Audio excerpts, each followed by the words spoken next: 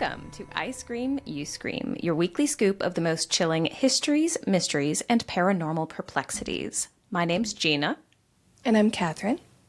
And this month we're talking about amusement parks while we enjoy some churro ice cream. You know what I've been thinking about so much? How much I love money. So much. The answer is infinite. Infinite money is what I love. And the cool thing about it is that it can propagate. It can procreate, it can multiply itself and have lots of money babies if you invest it and let it grow for you. If you're not sure how to do that, today's sponsor, Clobear Money Coach, is the perfect person to help you learn. If you want to start investing but you're not sure how to get started, visit getlazynow.com. In the meantime, grab a spoon and let's dig in. I'm still eating the same thing, but I finally finished my whiskey ice cream, so maybe I'll have actual churro ice cream next time. I think we came with some extra goodies today, did we not? Mm-hmm. I also have a whiskey and ginger ale. Oh, your extra goodie? Choice. My extra goodie is a glass of wine from a bottle that I found downstairs. Sweet. The ginger ale is flat. This is dessert wine. We're doing so good. So this is all going as planned. It's going great. Should we tell them that the reason we're drinking is because we were talking about AI before hopping in and we had to lift our spirits? Yeah, literally lift our spirits. Ha ha ha ha, spirit. Cheers. It's a ghost joke and a liquor joke. I am drinking out of my Halloween glasses that I forgot to put in storage last year, so they're just permanent now. I'm drinking out of one of the 2 remaining wine glasses we have after Tom destroyed everything glass in this. I'm just kidding. He broke one wine glass earlier this week. My mom got me this really cute set of wine glasses when I moved to Chicago. And like throughout the years of living in Chicago, just gradually, by the time I left Chicago, I had no more set of cute wine glasses. Just like one by one. And then that's when it was time to leave. That's how you know. How was your trip to Maine? It was so good. It was for a friend's wedding. And it was the most adorable wedding. I had so much fun. It was so them and so sweet. Their vows were just the best. They were so good. It was such a good trip.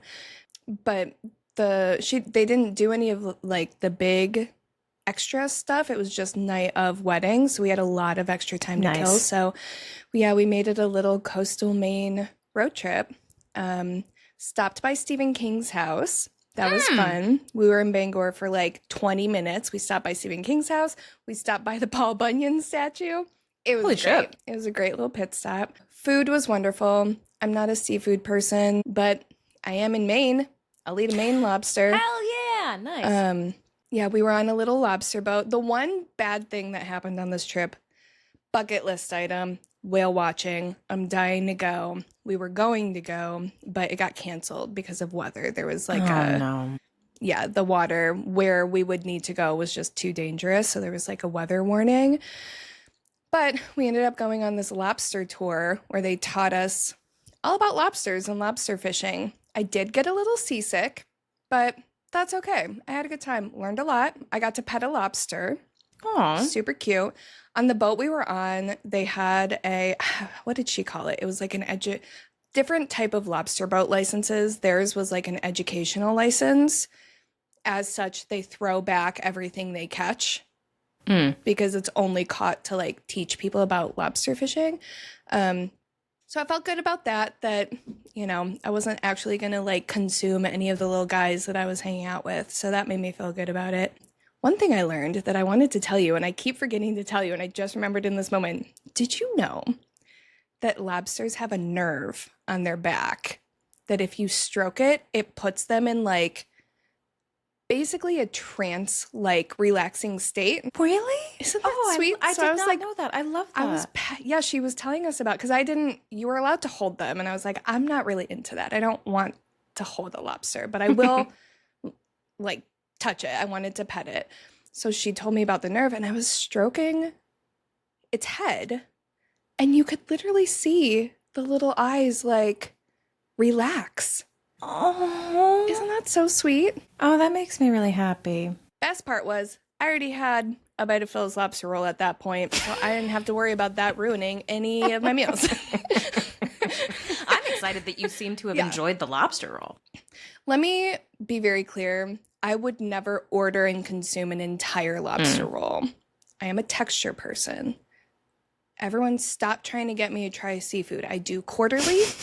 I give it a shot as often as I can. The thing is, I live in the Midwest. Nobody should be like on a mission to like the seafood here. It has been frozen for far too long for it to be delectable. Maine lobster, though, highly recommend. It was very good. Even Phil, who is a big lobster and seafood person, he took a bite of the first lobster roll that he had on the trip and literally goes, huh, so that's what that's supposed to taste like. I was like, yeah, dude, Midwest sucks, culinarily speaking. Yeah, so good. Oh, that's so funny. Did you see Stephen King? Or just his house? No. So Stephen King doesn't live full-time at that house anymore. He hasn't for years. He lives in Florida, I think, full-time. Okay. So it's just his house. It's always been on my bucket list to go see the house because it is very spooky. Like when I was telling people that I was going to go see the house, they were like, what? So it's just a house? I'm like, no, you don't understand. It's got like this spooky like spider web gates, and it's very like, you can tell which house on the block is Stephen King's. It's very cool. I've always wanted to go. That was one of the best parts of the trip. Yeah, the only other thing, we did get some ghost stories from people. I'm gonna do a little Patreon situation for that though. Ooh, okay. So join us over on Patreon. I think I'm gonna make that my mini scoop because Sweet. It was fun. But just as a quick recommendation, I had a weird little experience at a bar in Bar Harbor, which, caveat, this was the last night of our trip. So, like, maybe I was just tired and going crazy. But I'll tell that story on Patreon. It's real quick. But we went to the bar we were at was, I think I told you about it. It's called Leary's Landing Irish Pub. And again, it's in Bar Harbor. And it is, what is their claim to fame? It is the closest Irish pub in America to Ireland.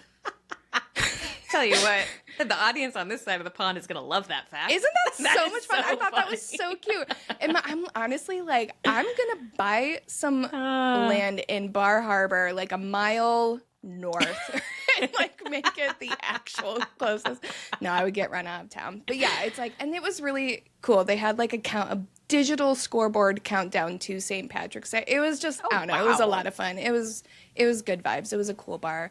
And then in Portland, highly recommend Andy's Old Port Pub right down on the harbor. It's kind of tucked away. The bartenders were so nice. And Phil, my little podcast assistant, dutifully asked about the ghosts because I never do. And the first bartender was like, oh, they're just legends, blah, blah, blah. But the second one, she was like, what do you want to know? Like, Nice. She was all into it. And yeah, I'll talk about that story and just all of that on Patreon. But I do highly recommend both of those places. Everyone was very, very nice. It was a quick trip, but it was so good. Was it just the long weekend? Yeah, we were there Thursday through Sunday. Wedding was Friday. Nice. But it was like we landed in Portland and immediately we went to this really cool record store. I don't remember the name of it, but it was really, really cool. The guy was super nice. I don't remember the name of it. I'll put it in the show notes because I definitely recommend it. It was fun though. It was one of those things, like, it was very fast, but I don't feel like we missed anything. Like, the main reason I want to go back is just for the whale watching. You know, it wasn't like we had enough time for everything we wanted to do. So it was fun. This is random, but I have a question for you. Earlier when we were texting, you said that you were getting sucked into the book that you're reading. What book are you reading? Yes. Okay. I don't have it with me here. Comes out in September. It's called Kiss, Slay, Replay by Rachel Harrison. And it is so much fun. Like, I wish it was coming out like a month earlier than it is because it is the perfect summer read. It's like I'm going to describe it as a summer slasher, but like it's more than that. It's so good. It's such a good book. I should have realized that it was the Rachel Harrison one because I know we were talking about her new book coming out, but I didn't realize that was the one you're getting sucked in. Yay, I'm good. It's because I'm glad you like it. Yeah, I started it yesterday and I have like 3 more chapters left. Oh shit. Like, okay. That's how much so I it's love good, it. It's good. so good. Nice. It's definitely one of my favorites of hers for like a while. I feel like every 2 or 3 books of hers are like my favorite, but I love all of them So that is releasing something. This is my favorite in a while. Yeah. Nice. Oh, that's okay. I need to add that to my, because I got, is it Such Sharp Teeth? Is that the Teeth, name? yeah. Yeah, I need to So read that good. I 'cause I love picked that that up. And I picked up another book that Oh, which one? I'm gonna recommend. Well, it is kind of about cannibalism, but That's okay. I'm still on my journey. that's why I figured I would recommend it because I know you're on a journey with it, and this is not as intense as Tender as the Flesh. Okay, which I still have not read. I'm sorry to interrupt, but I got it from the library again, and it was due yesterday. It is now overdue, and I still have not gotten past the first chapter. I just haven't. Yeah. I need to be in the mood for it, and I'm in more of like a fun summer vibe mood, and that's not the mood. I have to just wait until the fall. And no, that is Tender as the Flesh is a very good literary book, but it's deeply depressing. This one is so it's called The Starving Saints. Oh my God, my And- friend at work has been trying to get me to read that since it came out. I'm so scared. Really, is it good? I'm very much enjoying it. There is cannibalism, but it's not industrialized cannibalism like there is in Tender as the Flesh. So I think it would be more approachable. Okay. And also the plot, I think, is more compelling, and all of the main characters are women, and they are certainly more compelling as characters and as leads. I think you would like it. I mean, granted, I'm only halfway through, so this is my review of the first half of the book, but I think you would like it.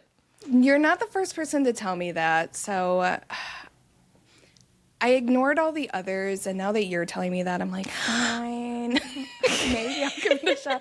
Because is that one religious horror? Yeah, it is. I love religious horror so much. And it's good. It's good religious. It's interesting. Should I do that before Tender as the Flesh? Do you think? I would. Okay. I'll give up I on guess Tender as the Flesh for now.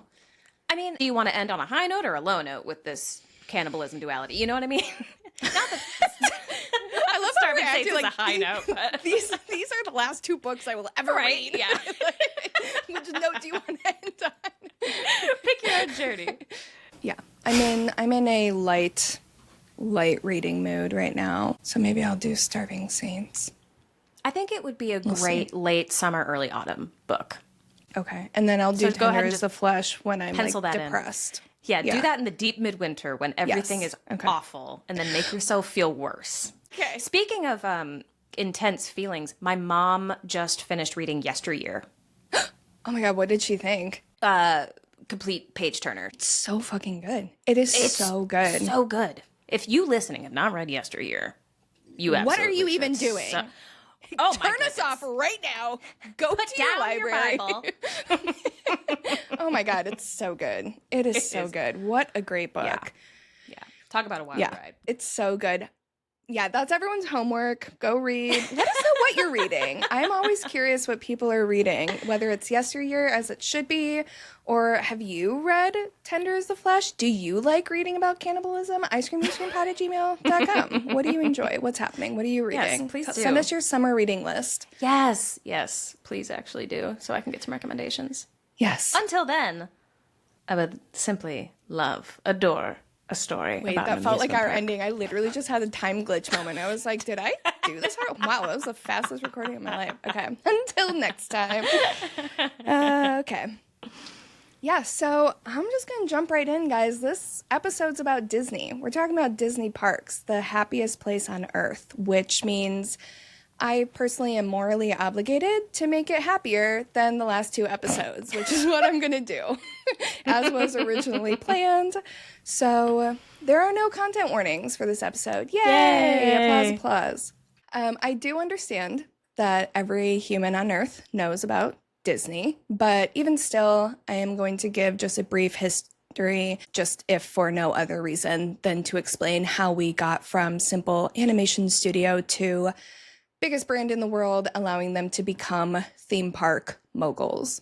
So taking it all the way back to the beginning, Disney as we know it today was originally founded as the Disney Brothers Cartoon Studio by Walt and Roy Disney in 1923.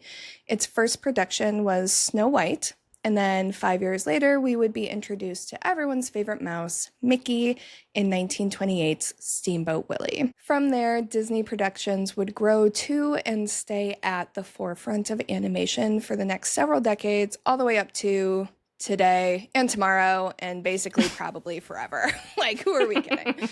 Essentially, they revolutionized the entertainment industry, specifically animation, obviously, and the production company as a whole has kind of garnered this reputation over the years for just continual forward thinking and just absolutely out of this world creativity. You know, people who work at Disney are notorious like boundary pushers, and you know, they're not afraid to do what has never been done before. Basically, the most creative minds in art and animation and all of that are the ones working at Disney. And this all started with the Disney brothers. Their whole MO was thinking of everything that has never been thought of before and figuring out how to create it and put a dollar sign on it. Let's just be real, I'll call a spade a spade. There's a lot of negative things about Disney that I am purposely leaving out because of the aforementioned trying to keep this a lighter episode. Please note, I am aware of all the complexities, but we're just talking. We're getting to the ghosts here, so just bear with me. So Roy was the CEO.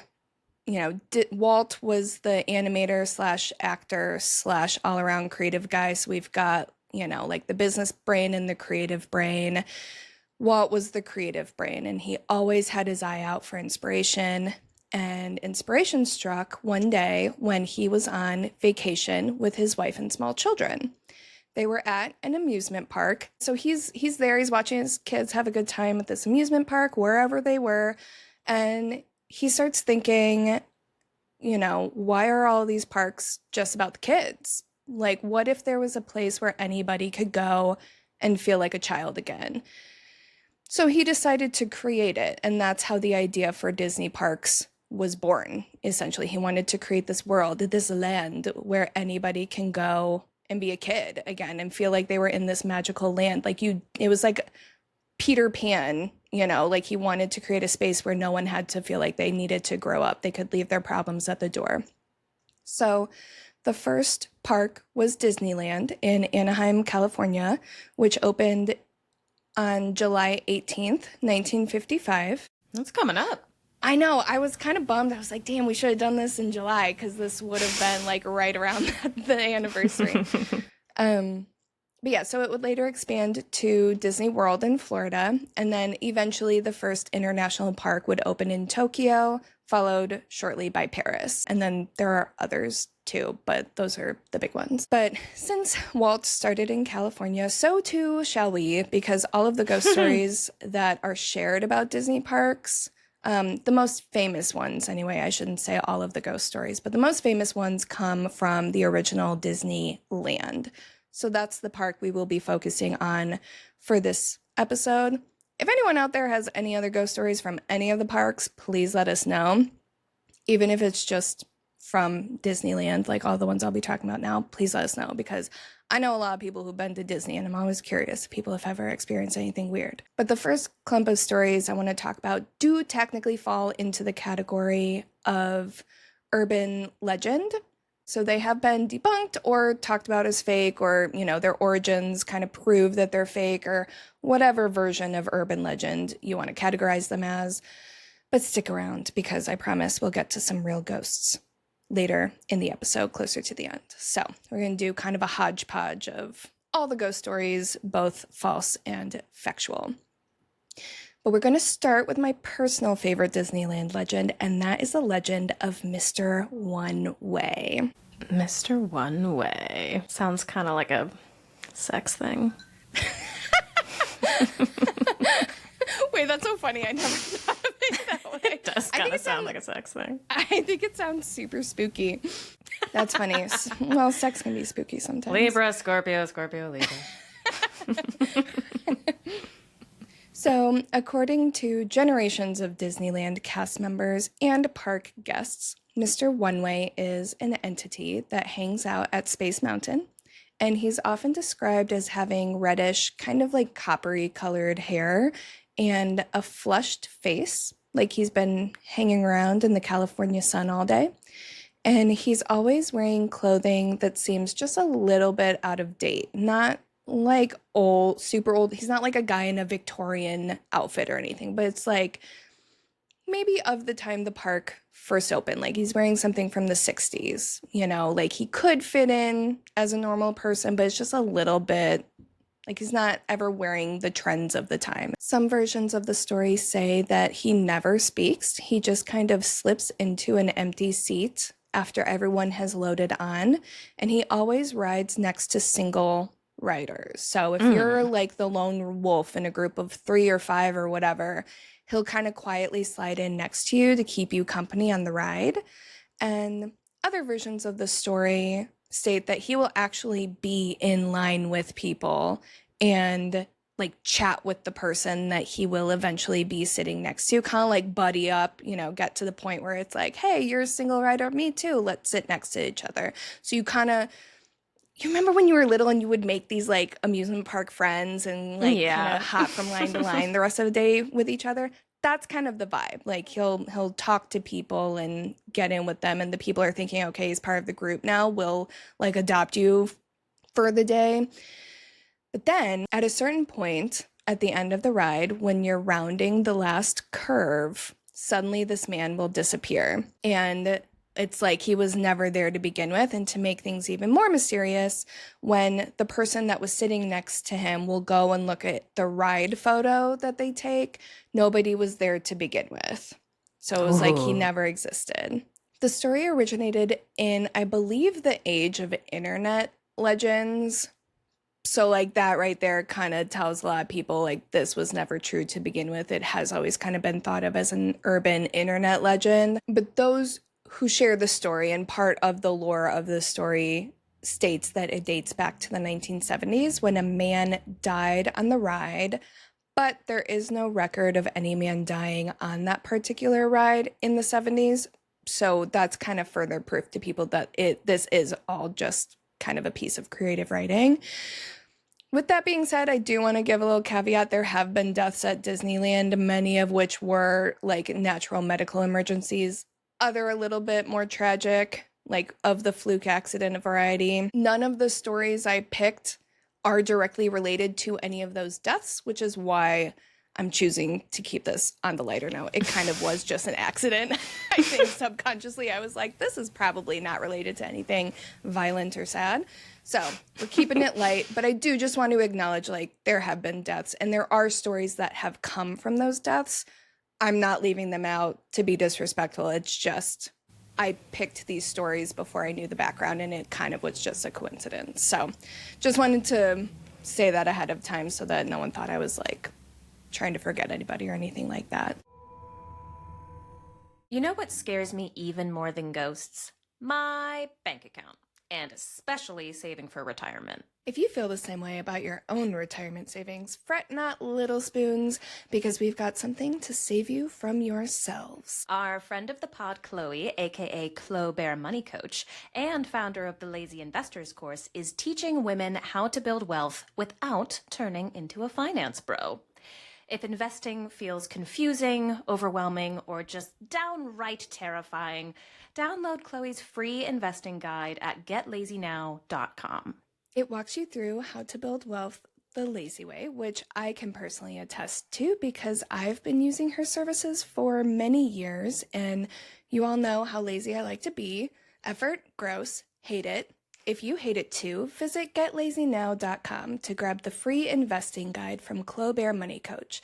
That's getlazynow.com. This does bring us to the Haunted Mansion, because obviously if we're going to talk about haunted legends at Disney, we of course need to talk about Haunted Mansion. For those who've never been on it, which have you been to Disneyland?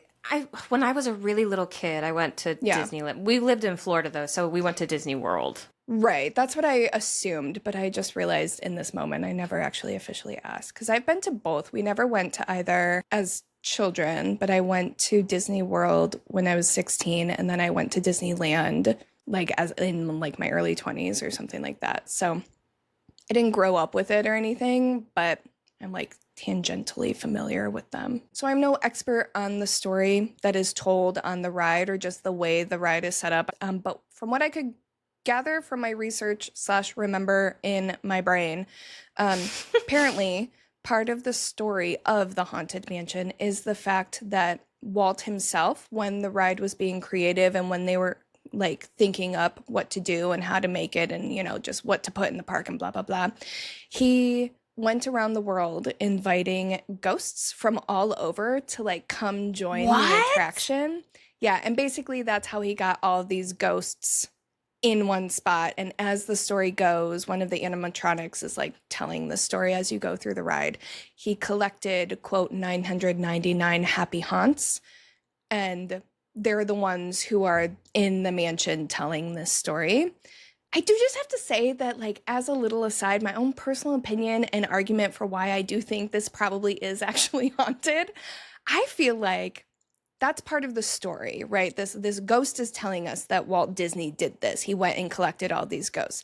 I feel like based on how serious the Disney brothers were, like with their creativity and how perfectly they did everything, I believe that he really did that. I believe that he like actually went around and just like even secretly, whatever his own version of it was, I think that he was really like, hey ghosts, come haunt this ride with me. Do you know what I mean? That's like why I could see him doing that. The way that I did, because I thought that you meant that he really did go do that at first, and I'm on board with him. I could see them, yeah, because isn't that like Disney's whole thing is that they go 20 miles beyond the extra mile? Yeah, like, and their research and the way they do everything is like they do not leave any stone unturned. Like it is, they take everything so seriously and they make everything as absolutely real as possible so that they can get into the fantastical. And it's like a whole story structure that they follow.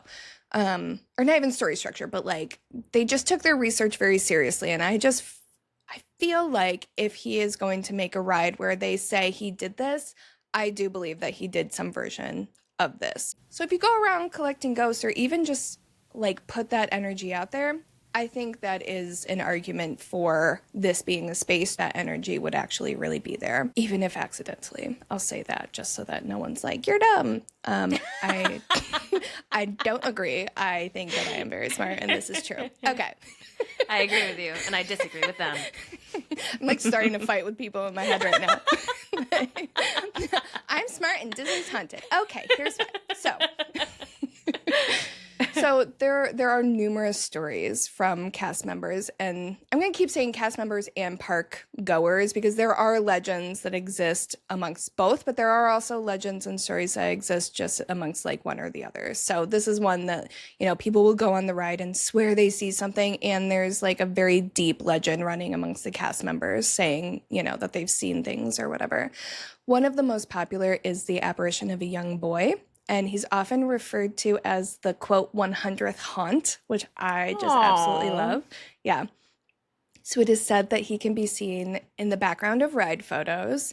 And others have even claimed that they don't just see him in photos, but also like amongst the animatronics. And sometimes he'll be kind of around the corner of one spot or in an area where people, specifically cast members, know there are no animatronics and there is no access to like the public. Like there would not and could not be a little boy standing there. And just the fact that he is physically a little boy. All of these ghosts, the animatronic ghosts, are all very like kitschy and goofy looking.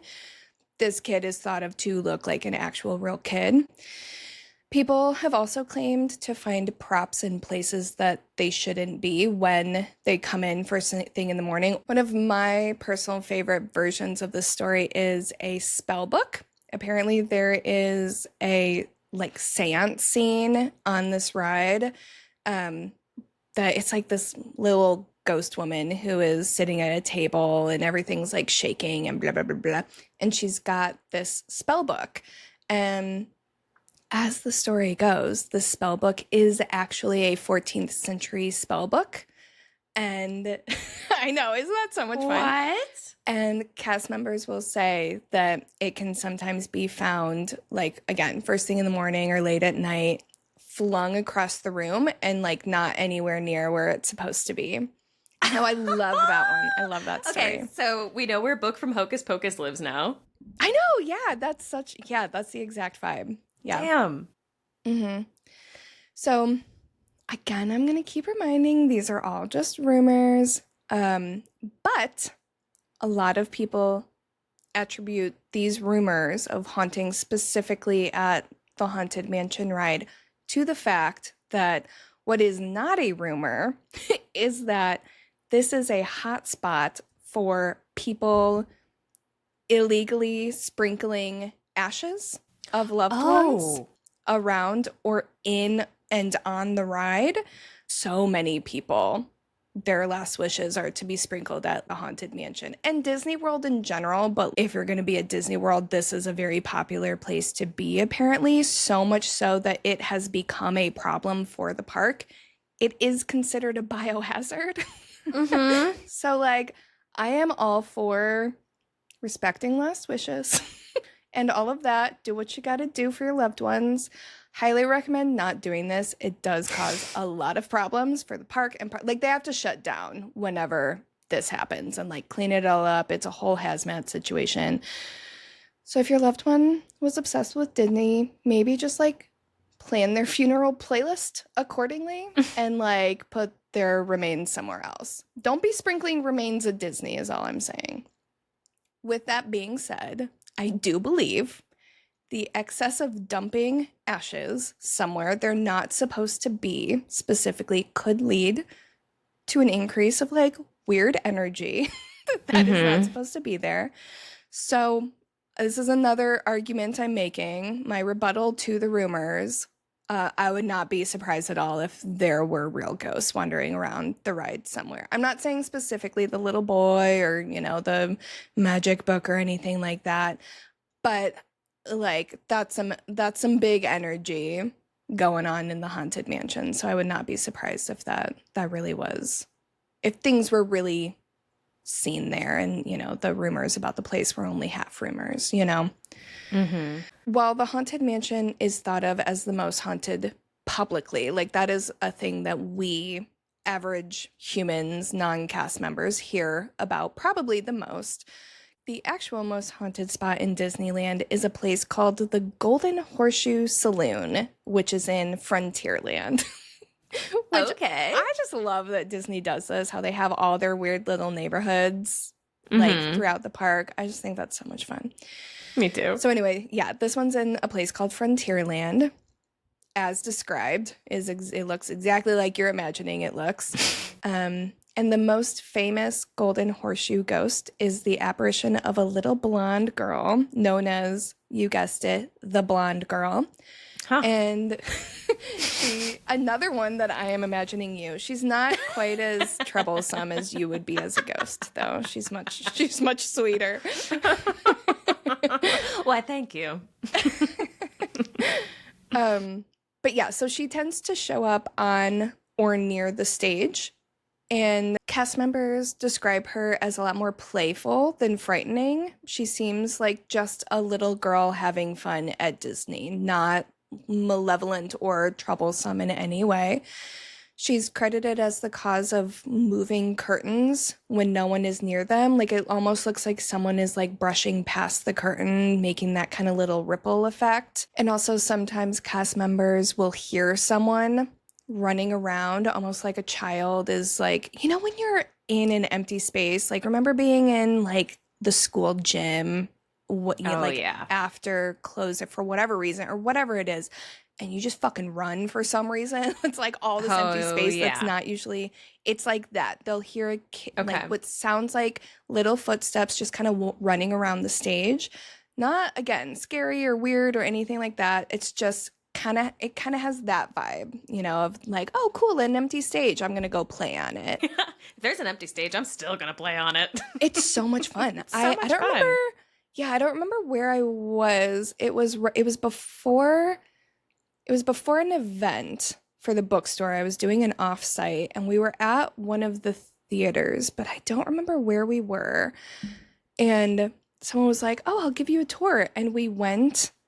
We were like backstage and there was this whole open area and we walked onto the stage and I had to fight the urge to just start tap dancing. I was like, this is my moment. This is literally my ideal situation. It's I'm so on a much stage fun. and no one is watching me. That is my dream, to just be on stage with no audience. Like, That's the so freedom much fun. that comes with being on Yes. stage when like there's no one watching, it's sublime. Beautiful. So good. It's That's it's like it's mildly spooky but not scary because you know you're safe. I don't know. It's so much fun. Oh, yeah. That does sound like if little kid ghosts always make me sad for obvious Me too. reasons. This sounds like kind of the perfect scenario if you're gonna be a kid ghost to get to Oh my haunt God. Disney.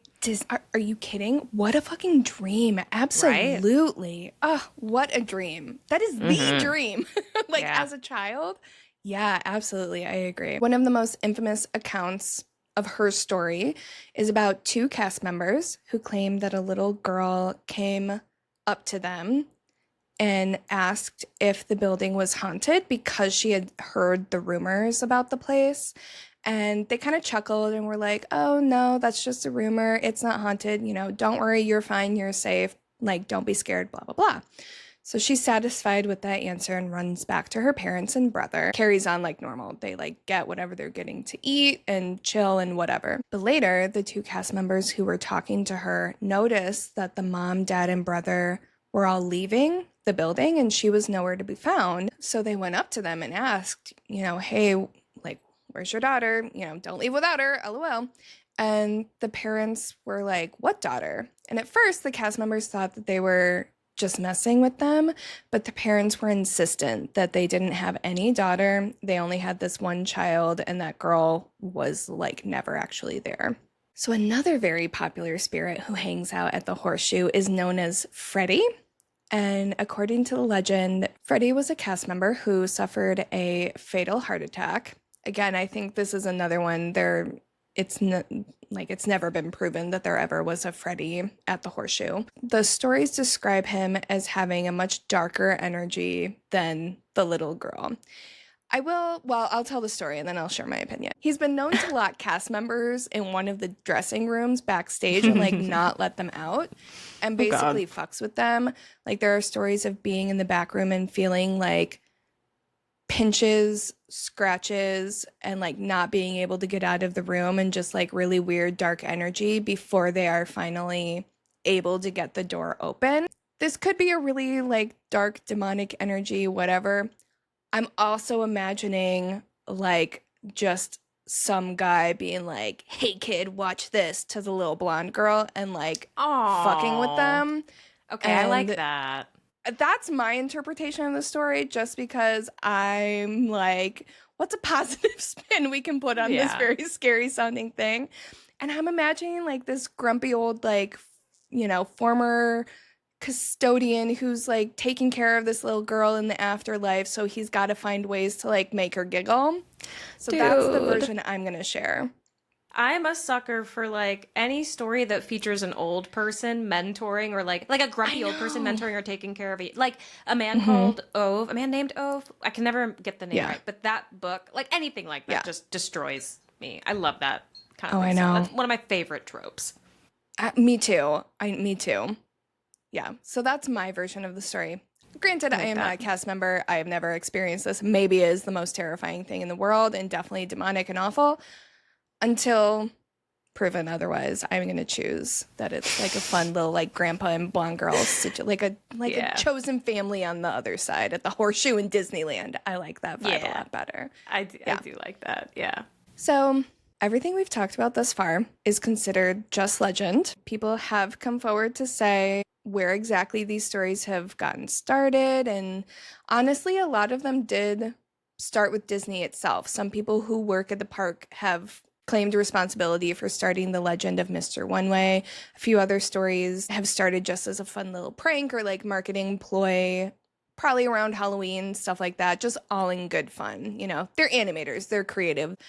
With that being said, as many legends as there are that circulate amongst cast members, there are also just as many real accounts that people insist actually happened and are true. So I'm going to keep it at the Golden Horseshoe just for a second, because one of the biggest claims, even to this day, is that people often feel like they're being watched or like sense someone standing close to them when no one is there.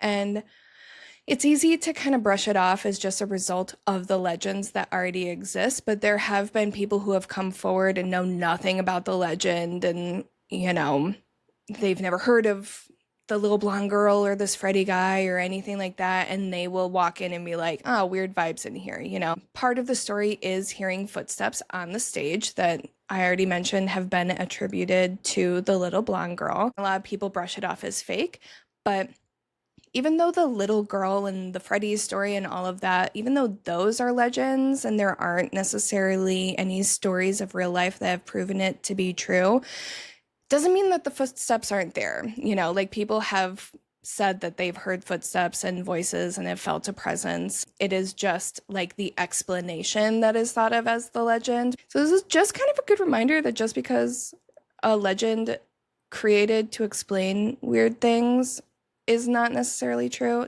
doesn't mean that the weird phenomenon itself is not true. Very good point. Here. I'm choosing to believe my version of the story, that it's a little girl and old guy, again, because that's just so much fun. Outside of the little girl and Freddy legend, which, by the way, I don't think I ever mentioned that Freddy was an old guy. I think that was my own interpretation of it. Okay. I'm realizing, like, as I speak, but that is, like, just the vibe I'm getting. Anyway, many people suggest that perhaps it's not necessarily blonde girl or whoever you want to say it is, but that it might actually be Walt himself, because he is thought to be seen in numerous places throughout the park, one of which is the Horseshoe. People have claimed to see him there, but the most popular location is his old apartment where his family would stay sometimes when the park was being built. The apartment is located above the firehouse on Main Street, and anytime his family and he would stay there, he would always leave a light on in the window so people working in the park would know that he was there and, like, wouldn't get nervous or confused about, like, intruders or something. So, like, he would always do that. He would always make sure that people knew he was there by leaving the light on for them. And now the apartment is just a preserved historical site, and the only real use is the fact that it is one of the stops on the guided historical tour that you can take. So there isn't ever anyone there, like, staying after hours. Like, it's not a room you can rent or anything like that. It is just 100% preserved as his former apartment. Despite the lack of occupancy, it is said that sometimes at night after the park is closed, the light will turn on and off by itself, and it has allegedly done so ever since his death in 1966. That's nice. That's a nice little spooky one. I know, I kind of like that. It's like he's still there. I love stories about, we've had several of these, like, after he's gone, he's still, like, checking in on people type thing. Yeah. I do kind of like that vibe. I think it's nice. People will also get a random whiff of cigar smoke in random spots where, like, other people are not. Like, it'll happen in, like, weird, like, break rooms and, like, all that kind of stuff. And it is well known that Walt loved his cigars. This could just be some old guy bringing his grandkids to the park and, like, breaking rules.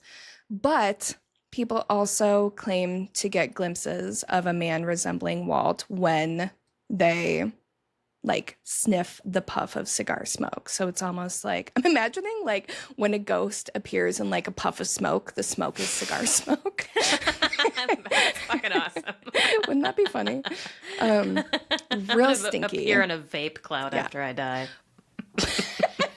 But that'd be great, because if it's just ghost mist, it wouldn't linger like real cigar smoke does. Yeah. You know, And it would cigar just be smoke like is real quick, then go. It's a very specific smell. It's so distinct. Yeah, you can smell that shit from a mile away. I had to, every time we go to Shakers, I have a very specific, I have essentially a smoking jacket now at this point, because it's a cigar bar for anyone who doesn't know.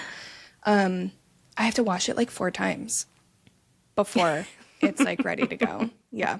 Is that your black and white jacket? No, it's the one I wore for the wedding. My big I'm trying to fuzzy. remember which one that was.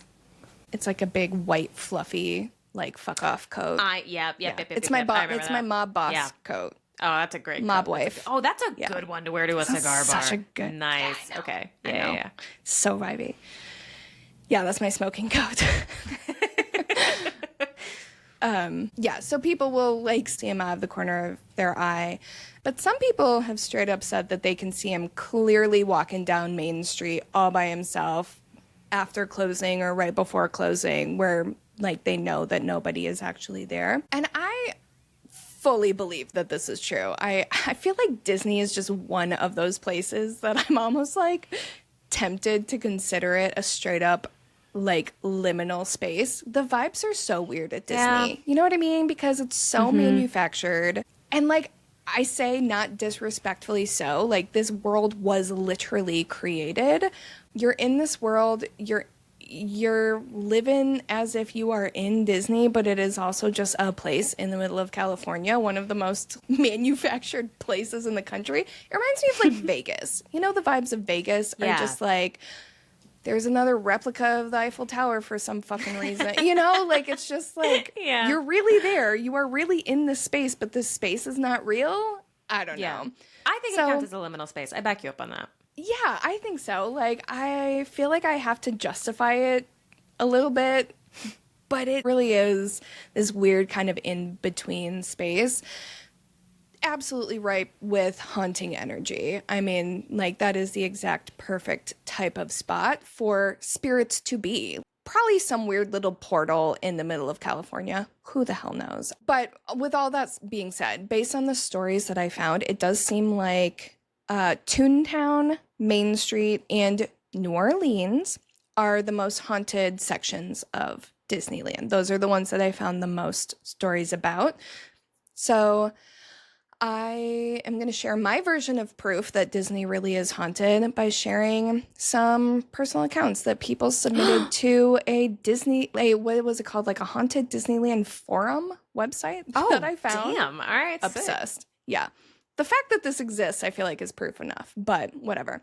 Ugh. I'm going to share. Sometimes the internet's good. Sorry. I know, I love it. I loved reading through all of these. I wanted to share all of them, but I shan't. I'm going to share my favorite one. Then, if we have time, I might share two, but I'm just going to share my favorite one first. So, this one is called Spirit Children, and it was submitted by Tim R. I used to work the swing shift at the stroller shop. One night I was clearing Fantasyland of strollers just past 1 a.m. A coworker and I were between the carousel and Dumbo when we heard children laughing. We decided to find security to let them know that there were still guests in the park, but as we started walking toward the Matterhorn, Dumbo turned on. Which I have to say, this is all so weird to say. Like, out of context, can you imagine not knowing what Disneyland was? And And hearing me Dumbo say, got really turned on. the Dumbo ride turned on. Music and all. Since we had just finished collecting strollers from that area, we knew that there were not any attraction cast members over there to operate the ride, and no one was around. Okay, so I'm going to read one more. This one is called The Men's Room Basement Ghost by Annabelle K. God. Already know. Hate a men's room. So, I hate a basement. Both of them. Negative all of them. points. So awful. Oh, God. No good things happen in any of these places. I work third shift custodial. Everyone jokes around about the park being haunted, especially if you're new. I was in my first year and I had already heard all sorts of ghost stories from other cast members, so I was afraid to work alone anywhere in the park. At this point, I hadn't had anything happen to me until this one night. I will never forget it. I was working in Toontown, and I was assigned to work in Mickey's basement, which is below Mickey's house. I'm sorry. Dude. What? Right? Absolutely wild. Why does fucking Mickey have okay. a basement? What is that mouse hiding? I've been in this house. So weird to think about. Okay. Didn't know there was a basement. So it says there's a set of bathrooms. I guess there's a break room. It's where the cast members go. I guess that's okay. Anyway. Okay. Yeah.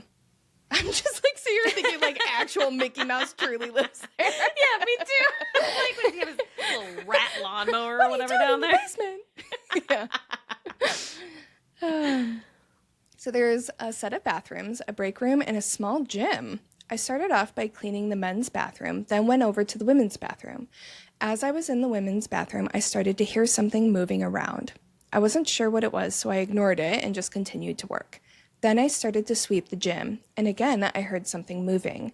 This time I heard it coming from the men's bathroom. So I shouted, "Hello? Anyone in the men's bathroom?" There was no response. So I took a look in the men's bathroom and nothing. No one was in there. So I continued to work. As I'm in the break room, I hear it again. Something moving around in the men's bathroom. I go look again, and the trash can is in the middle of the bathroom. I just thought maybe I didn't move it back when I was cleaning and missed it, so I move it back to the side. I go back to cleaning the break room. As soon as I started to mop, there it goes again. Movement in the men's bathroom. I go take a look, and the trash can was moved again. This time, it was in the opposite side of the room. That's when I started to get scared. I moved it back, and I was trying to rush out of there. I had already finished the bathrooms and the gym. When I was halfway done in the break room, I heard the trash can move again, and this time, I just decided to ignore it and try to move as fast as I can to get out of there. At this point, I'm really scared. I don't even want to be down there at all. I'm thinking in my head, if there's something down here, it can't hurt me. I just need to hurry. I'm almost done, etc., etc. And that's when I hear right over my left shoulder someone very clearly say the words, "Get out," in the creepiest voice. I just froze. I could feel my hairs standing straight up. I grabbed all of my stuff and I ran out of there. I didn't even finish mopping. I was just so scared I didn't want to finish. I just ran right out of there. Until this day, I won't step foot down there alone. After that, I had heard other stories from other cast members who had experiences down there, and every story had something to do with the men's bathroom. From hearing things and seeing shadow figures, I have had other experiences in the park, but this one was the scariest. That sounds terrifying. Yeah, awful. Who and knew? I'm impressed that they moved the trash can back twice. Twice, I would have been out of there the first time. Same. 100%. I had the same thought when I was reading this. I was like, girl, you went back a second time. Yeah. I would have dropped that mop. I would have been gone. Absolutely 100%. Wonder what that was, though. I don't know. Part of me is like, was it another like Freddy situation where it's like Mickey's just like, I'm going to fuck with you. But I don't know. The shadow figures are a little freaky because they said that they've seen shadow figures throughout the park. But I'm just actively choosing to ignore the fact that there could be scary ghosts at Disney. Well, it just feels only. like I think that would be too big of a liability for Disney. Surely their corporate exorcists would get involved and For sure. Although we don't know what kind of souls were sold for the Disney Corporation. That's a whole other episode we could do. And at some point, whatever is gonna come collecting. The Disney devil. Mickey, the Something, man that something Mickey demons. keeps in his basement. Yeah, that would be a hard left turn. I don't want to get sued by Disney, so I'm going to pass it over to you for our scary on top. Okay, yeah, that's probably a good idea. We have a listener story today. Yay! From our friend V, and it is full of like the most hilarious parentheticals ever. It's the way the story is written. Funny. So funny. Such a good writer. Shout out to V. Yeah, Yes, shout out V. absolutely. You're hilarious. And it's also a theater ghost story. And you know how much we love theater ghosts. I didn't realize that. Okay, cool. Yeah. Yay. All right. So Fun. strap in. Cool. I'm ready. I used to do a lot of community theater in a tiny little theater in my tiny little hometown. The building was extremely small for a working theater. A sold-out show was about 100 tickets, and for context, the nearest professional theater space for touring productions is 2,500 main stage seats with about 450 seats in their smaller space. It was the kind of old, janky building common to small towns in the Northeast. It's been up for 200 to 300 years without falling down, so we might as well keep it, but no one can ever raise enough funds or public interest to properly restore it, or even fix basic things like plumbing or air conditioning. Do not go to a theater without AC during the summer. Do not. And that is true. I went last summer. I saw a production of Six in an Oh my God, really? no AC theater during a heat wave in London. And I think I lost 5 pounds during that show just Oh, from I the bet. volume of sweat coming out of my body. It was horrific. Great show, though. I've never had that experience, I don't think. The only time I've been in a theater where maybe they didn't have air conditioning, it was like the dead of winter, so it doesn't matter. So it was okay. Yeah. Yeah. Well, I hope you never have that experience. Me too. The ground floor of the building is one big room that contains a tiny box office, audience seating, the stage, and a narrow backstage area. There was a tiny second floor, really just a mezzanine, accessible only by a skinny steel ladder that was bolted over the staircase. In order to access the lighting booth up there, you had to climb up and down the ladder, which meant you were hanging over a 10-foot drop down to the stairs, often in the dark with your hands full. Community God. theater. If you know, you know. The basement contains a small, musty green room full of formerly grand parlor furniture and bathrooms, which are always at least a little bit flooded. Separated from the dressing room, yes, singular, by a swinging door. The door swung both ways, like me. There were tons of rumors about hauntings, which happened in any theater of any size. You could be upstairs with the entire cast in rehearsal on the stage, and everyone would hear people talking and laughing down in the supposedly empty green room. You could be downstairs in the green room or dressing room and hear footsteps clearly walking across the supposedly empty stage above you. People Always would with the hear footsteps. I know. This one's gonna freak you out. Well, I don't know. Freak me out. no. It might freak you out. Maybe you're braver than me. People would hear breathing near them while alone. Yeah. Ooh, yeah, and that's a hard no. Freaky. Easy enough to explain in a drafty old colonial wreck. Less explicable was feeling unseen hands pluck at your clothing or poke you in the back while you're trying to sing. Oh my God. This is so Rude. Freddy coded. Extremely Freddy. A lot of playful ghosts. Yeah. Okay, I'm like imagining. Keep reading. Okay. The theater community there had named the ghost, or the collection of energies being perceived as a ghost, Alice. And generally, she was harmless. You heard her more than you saw her. Orbs in photographs notwithstanding. Again, old building, lots of dust, totally explainable by mundane means. Sometimes, though, she would steal things like costume pieces, props, keys, Oh, no. etc., most of which would show up again if you asked her nicely. I love that. I think that's so funny. That's one of my favorite types of ghosts. Like, where you just have to be straight with them, you know? Just Yeah. like, hey, like, I really need to get home from rehearsal. Can I have my keys back? I will stop haunting you if you say the magic words. That's what I Yeah, want. exactly. I remember a really weird incident when I was stage managing. Stage crew had just built a platform over the stage, accessible to the actors by a ladder backstage. Since it was backstage with limited light, the ladder had glow-in-the-dark tape stuck to the top of each rung so that you knew where to put your feet. The next day we came in, and no glow tape. Super weird. Who would pull off the glow tape? That's a pretty significant safety issue, so I was retaping when I noticed that the angle of the ladder was slightly different. I investigated and found that the tape was not missing. The ladder was upside down, and the tape was invisible because it was now on the bottom of the rungs. Whoa. This set piece had been built the evening before. No one had been in the theater unobserved or alone since then. And the evening before, we had nailed the feet of the ladder to the stage to keep it steady. I don't know how, but sometime between nailing the ladder down and discovering it the next day, the ladder got unnailed, flipped 180 degrees, and nailed back down. I know people will say this is obviously the intervention of a living human, but if so, that is still paranormal because they would either have to be invisible or stop time. Yeah. That's bonkers. That would take forever to do.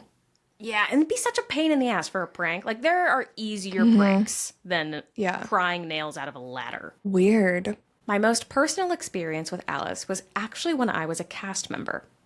You'll remember I said the green room and dressing room were connected by a hinged door that swung in either direction. See, it was relevant, not just a bi joke. That was what V said. I'm not saying.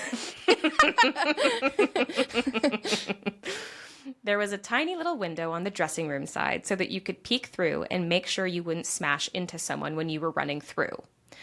No one ever used this window for its intended purpose, especially in productions with lots of kids, leading to a lot of people getting hit with the door and knocked into the supply closet, an alcove directly behind the swinging door.